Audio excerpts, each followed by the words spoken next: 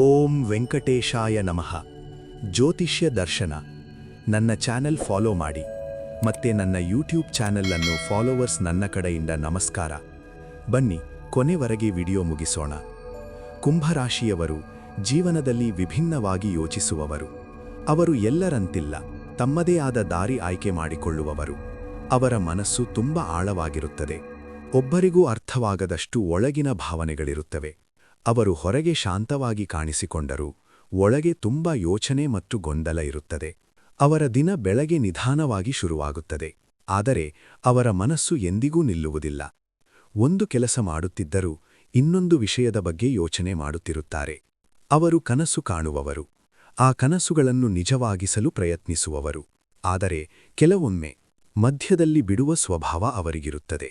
ಅವರು ಒಂಟಿತನವನ್ನು ಇಷ್ಟಪಡುವವರು, ಆದರೂ ಒಳ್ಳೆಯ ಸ್ನೇಹಿತರನ್ನು ಪ್ರೀತಿಸುವವರು. ಅವರು ಯಾರನ್ನಾದರೂ ನಂಬಿದರೆ ಅವರಿಗೆ ಸಂಪೂರ್ಣ ಹೃದಯದಿಂದ ನಂಬಿಕೆ ಇಡುತ್ತಾರೆ.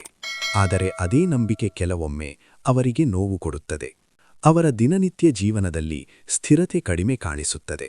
ಒಂದು ದಿನ ತುಂಬ ಕೆಲಸ ಮಾಡುತ್ತಾರೆ, ಇನ್ನೊಂದು ದಿನ ಏನೂ ಮಾಡದೇ ಇರುತ್ತಾರೆ. ಇದು ಅವರ ದೊಡ್ಡ ಸಮಸ್ಯೆಗಳಲ್ಲಿ ಒಂದು. ಅವರು ಹೇಗೆ ದಿನ ಕಳೆಯಬೇಕು ಅಂದರೆ, ಮೊದಲು ಸಮಯಕ್ಕೆ ಎದ್ದು ಬರಬೇಕು. ಬೆಳಗ್ಗೆ ಎದ್ದ ಕೂಡಲೇ ಒಳ್ಳೆಯ ಯೋಚನೆ ಮಾಡಬೇಕು. ದಿನದ ಗುರಿಯನ್ನು ನಿಗದಿ ಮಾಡಬೇಕು. ಆ ಗುರಿಯನ್ನು ಪೂರ್ಣಗೊಳಿಸಲು ಶ್ರಮಿಸಬೇಕು. ಒಂದು ಕೆಲಸ ಶುರು ಮಾಡಿದರೆ ಅದನ್ನು ಮಧ್ಯದಲ್ಲಿ ಬಿಡಬಾರದು. ಪ್ರತಿದಿನ ಸ್ವಲ್ಪ ಸಮಯ ಧ್ಯಾನ ಮತ್ತು ಪ್ರಾರ್ಥನೆಗೆ ಕೊಡಬೇಕು. ಅವರು ನಕಾರಾತ್ಮಕ ಯೋಚನೆಗಳಿಂದ ದೂರ ಇರಬೇಕು. ಇದು ಅವರ ಜೀವನವನ್ನು ಬದಲಾಯಿಸುತ್ತದೆ. ಅವರು ತಮ್ಮ ಆರೋಗ್ಯದ ಕಡೆ ಗಮನ ಕೊಡಬೇಕು. ಕಾರಣ ಮನಸ್ಸು ಮತ್ತು ದೇಹ ಎರಡೂ ಮುಖ್ಯ.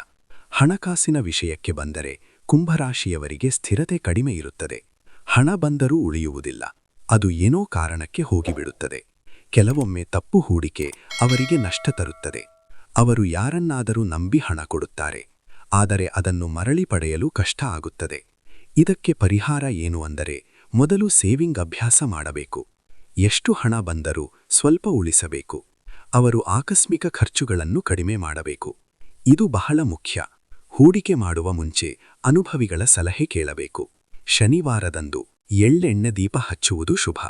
ಕಪ್ಪು ಬಟ್ಟೆ ದಾನ ಮಾಡುವುದು ಅವರಿಗೆ ಒಳ್ಳೆಯ ಫಲ ಕೊಡುತ್ತದೆ. ಪ್ರತಿದಿನ ಓಂ ಶನೈಶ್ಚರಾಯ ನಮಃ ಜಪ ಮಾಡಬೇಕು. ಇದು ಅವರ ಸಮಸ್ಯೆಗಳನ್ನು ಕಡಿಮೆ ಮಾಡುತ್ತದೆ. ಗುರುಬಲ ಬಗ್ಗೆ ಮಾತನಾಡಿದರೆ ಅದು ಅವರ ಜೀವನದಲ್ಲಿ ದೊಡ್ಡ ಪಾತ್ರ ವಹಿಸುತ್ತದೆ. ಗುರುಬಲ ಇದ್ದರೆ ಅವರಿಗೆ ಒಳ್ಳೆಯ ಅವಕಾಶಗಳು ಬರುತ್ತವೆ. ಜ್ಞಾನ ಮತ್ತು ಗೌರವ ಹೆಚ್ಚುತ್ತದೆ. ಜೀವನದಲ್ಲಿ ಬೆಳವಣಿಗೆಯಾಗುತ್ತದೆ. ಗುರುಬಲ ಕಡಿಮೆ ಇದ್ದರೆ ಅವರು ಗೊಂದಲದಲ್ಲಿ ಬೀಳುತ್ತಾರೆ. ಸರಿಯಾದ ನಿರ್ಧಾರ ತೆಗೆದುಕೊಳ್ಳಲು ಕಷ್ಟ ಆಗುತ್ತದೆ. ಗುರುಬಲ ಹೆಚ್ಚಿಸಲು ಗುರುವಾರದಂದು ಹಳದಿ ಬಟ್ಟೆ ಧರಿಸಬೇಕು.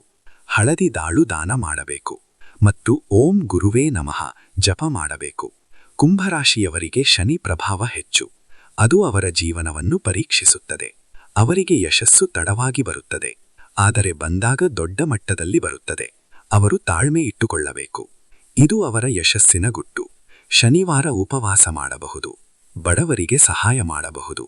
ಇದು ಅವರ ಶನಿ ದೋಷವನ್ನು ಕಡಿಮೆ ಮಾಡುತ್ತದೆ.